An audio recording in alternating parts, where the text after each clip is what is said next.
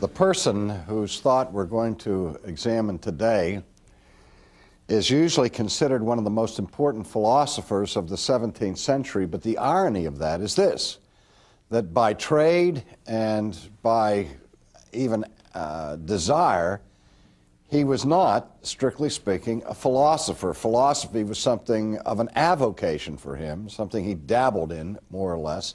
Nevertheless, he made some dramatic contributions to the history of theoretical thought. His name is Gottfried Wilhelm Leibniz, and I'll write his name on the board because it's not one that you just automatically assume you can spell. This is a Z, by the way. Leibniz. German philosopher who, like Descartes, had been educated in the scholastic tradition of the Roman Catholic Church. One of his claims to fame historically is that he shares the historic accolade for being the inventor of calculus with Newton. But he was a first-rate, world-class mathematician. Notice that that was also true of Descartes, and it was true of Pascal, whom we'll look at later, God willing. But in any case, Leibniz is noted basically for three things. As a mathematician, he also became well enough known and was kind of a people person and was introduced into the world of diplomacy. And he tried very hard to heal the breach between Roman Catholicism and Protestantism.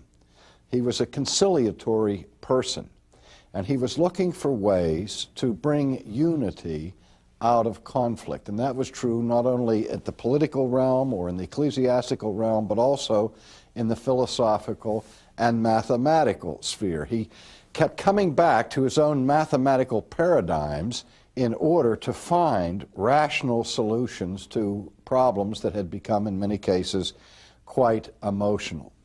And he also had the desire, as the disciples of Descartes did, to reconstruct theology so that the new science, which was more and more embracing a mechanistic view of the universe, would not displace God. And so he wanted to develop a way of making God necessary to the scientific theories of his day.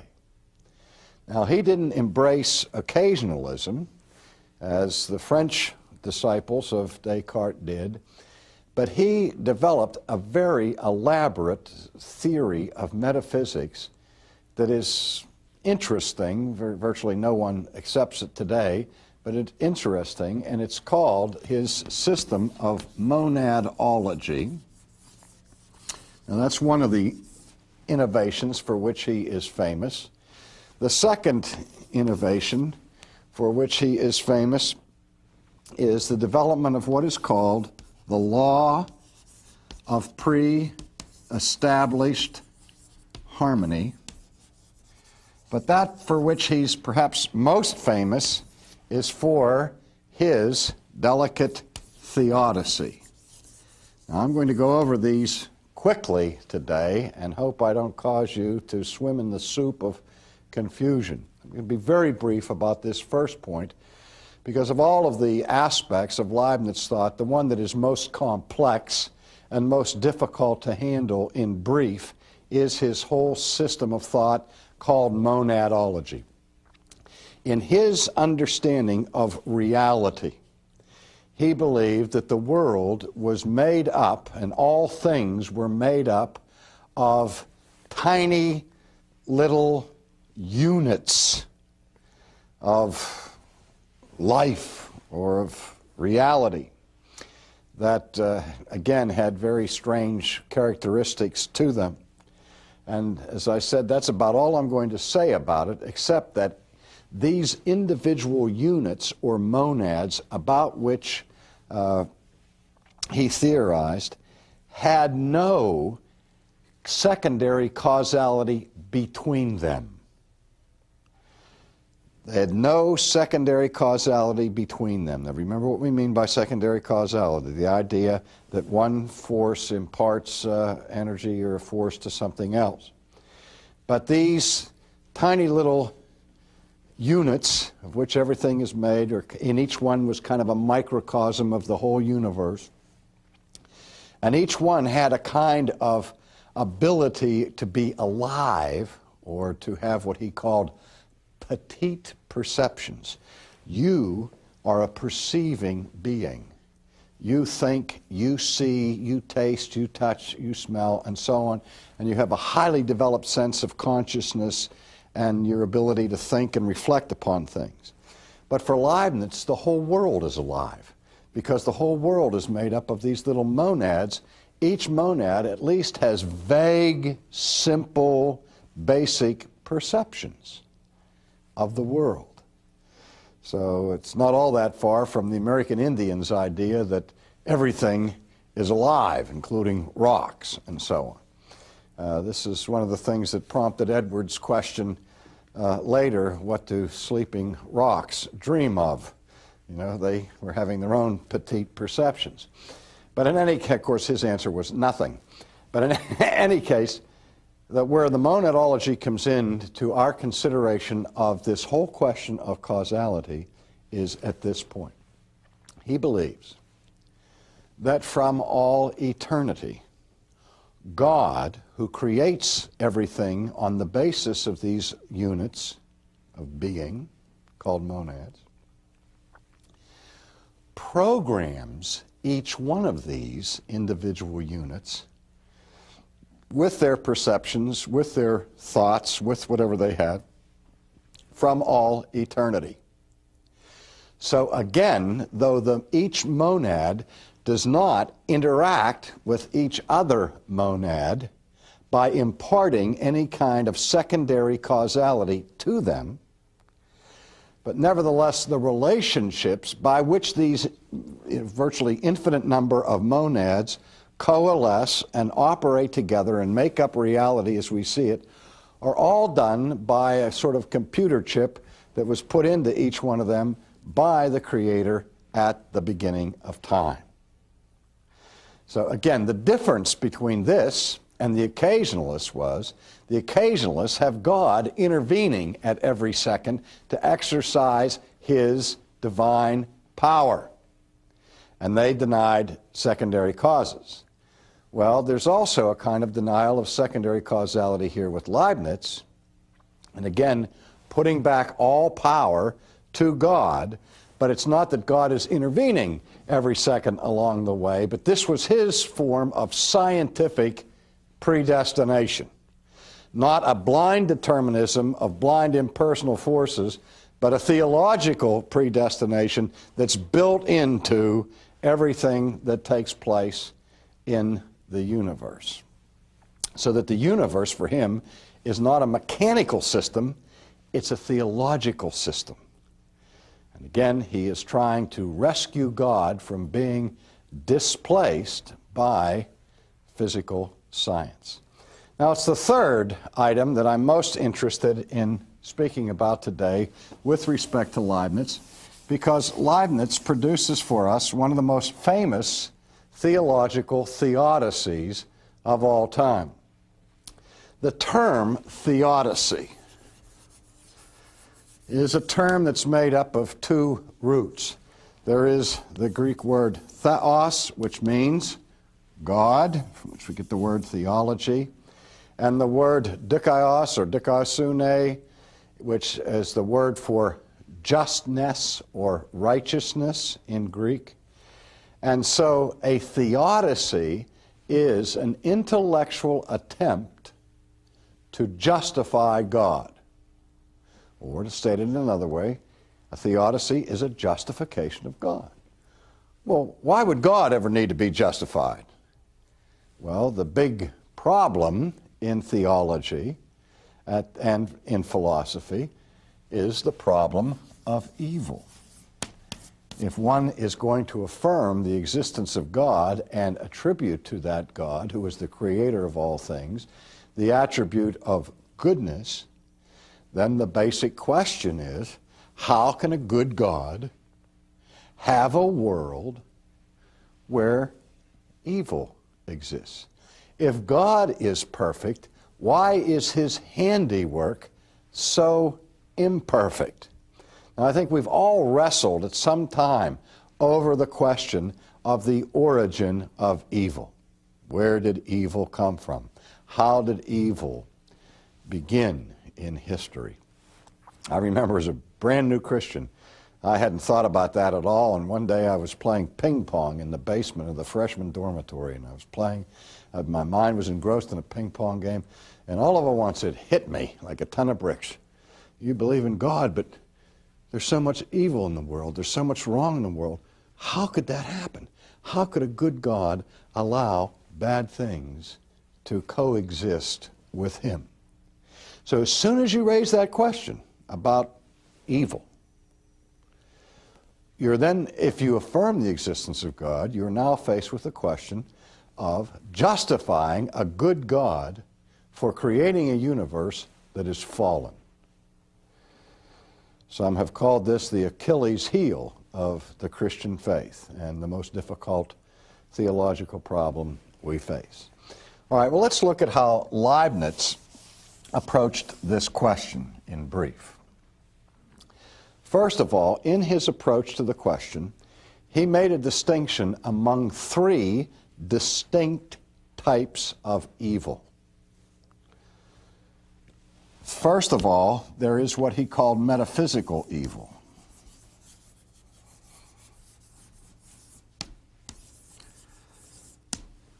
And I'll give a definition of that. Metaphysical evil is something akin to the way Plato thought.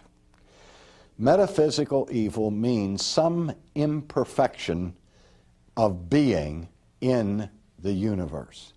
Metaphysical evil would be the lack of pure, perfect being that is basic to anything that is finite. Only an infinite being has metaphysical perfection, according to the philosophers. Anything that's finite, anything that's changing, anything that's in a state of flux, anything that has the category that we've talked about many times already of becoming, is not as high a level of being as pure being or as supreme being. So that only pure being or supreme being, eternal, perfect being, would be perfectly metaphysically good. And anything, again, that is changing, finite, derived, dependent, contingent, and so on, would be a lower level of being, so it is called metaphysical evil. Now, I'm going to put quotes around that word evil, because what that means simply is that it is imperfect, it is less in the fullness of being than God. Now, the second kind of evil that Leibniz delineated was what he calls physical evil. Now, what he means by physical evil is disease, natural catastrophes or calamities like earthquakes, fires, floods, volcanic eruptions, all of those things by which nature can wreak havoc on the inhabited people of this world. Those are called by him physical evil. They bring harm physically to us and to the world. So that's physical evil. And then the third category, again I'm going to put quotes around the word evil. The third category is the category of moral evil. Now, remember when we started this, and we said, if God is good, how could he create a world where there's so much evil? Usually, what we're thinking about when we think about evil there is we're thinking about moral evil. But we also worry about those catastrophic events that take place in this world that insurance companies are still fond of describing as, quote, acts of God. the flood, the tornado, the earthquake, and so on, that bring unbelievable misery and pain to the world. And so you also, even if we didn't have such a thing as moral evil among ourselves, we would still ask the question about God's character, about creating a universe where all these bad things happen. Remember, this was one of the basic questions that the disciples came to Jesus about during his earthly ministry, when the word had come out about the temple that had been under construction, that it fell on these innocent people, and then that Pilate had mingled the blood of the blood of the sacrifices of the worshipers with the blood of the sacrifice in a slaughter that we hear of only in that instance in the New Testament. And basically the question that the disciples are raising is, how could God allow these things to happen? I mean, here are these people minding their own business, walking down the street, and all of a sudden this temple falls over and it crushes them to death. It was a physical accident. Nobody intended for the temple to fall or the tower to fall. It was an act of nature or of physical consequences where nobody pushed the tower over on top of these people. So, how can a good God allow Vesuvius to erupt and bury the city of Pompeii in volcanic ash? Where's God in all of this? Of course, Jesus answers the question, unless you repent, you shall all likewise perish. Because following the Old Testament, the presence of physical evil, the presence of death, the presence of disease, the presence of conflict in the creation is all tied into the moral evil of human beings that is part of the consequences of the fall. But that's another approach. Because if we say that, we still have to ask, where does this come from? Where does the moral evil come? Well, the way that Leibniz approached this, as I said, was first he distinguished among the three different types of evil, and then tried to posit a relationship between each one of these. That is to say, again, he still has his monadology theory, is that moral evil flows out of physical evil, and physical evil and moral evil both flow out of metaphysical evil. That is to say, they are necessary consequences of a metaphysically imperfect creation. That is, since we are finite, out of our finitude comes physical weaknesses, and out of both our finite status and our physical weaknesses come our moral failures. And then he went on to say that God is absolved in all of this because when God created the universe, he had a virtually, I say virtually, infinite number of possible worlds he could have created. I say virtually because there's one kind of world even God could not have created. God would not have been able to create a metaphysically perfect God. Because for God to create a metaphysically perfect God, he would have to create another God. But that even God can't create another God. Why not? Because the second God would still be a creature. The second God would be dependent on the first God for its very existence. So that you can't have God creating another God. All God can create are creatures. That's the nature of creation. So God cannot impart to his creature his own self-existent eternal being. Now, with that given, and if God is going to create, he knows at the beginning that he can't create another God, so he can create various different types of universes. And he has, again, a virtually infinite number of types of finite universes he creates. Now, God being good is naturally going to create the best model that he could possibly create. Because if he has the option of creating Model A or Model B, and Model A is more perfect than Model B, or to put it the other way, Model B is more imperfect or evil than Model A, God would not be good to choose the second model, and if he were really good, he would choose the first model. And so obviously, being all wise and all righteous, God selected the best world he could possibly create.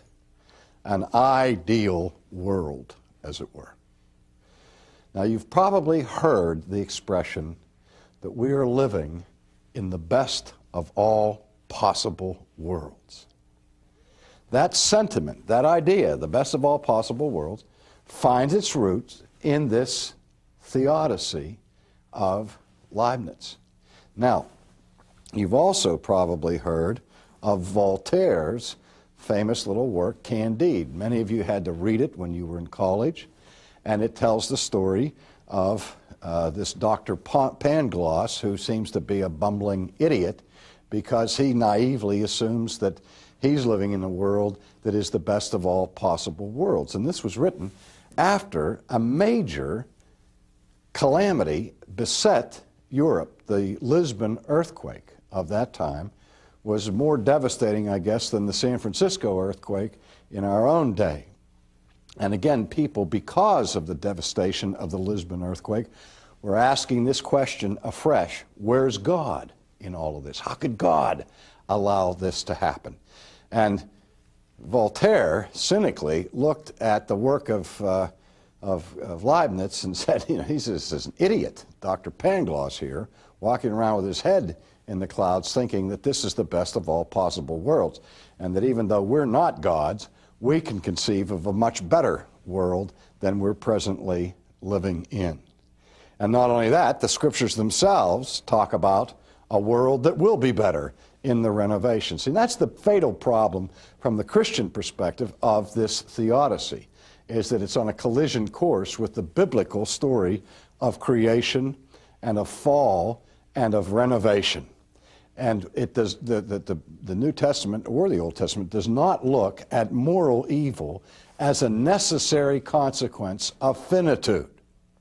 Now, that's the critical point, because in our modern day, there are many, many theologians and psychologists who eliminate responsibility of real moral evil, saying that we just do what comes naturally, that sin is a necessary consequence of being a finite creature. We are human, after all. To err is human, to forgive is divine.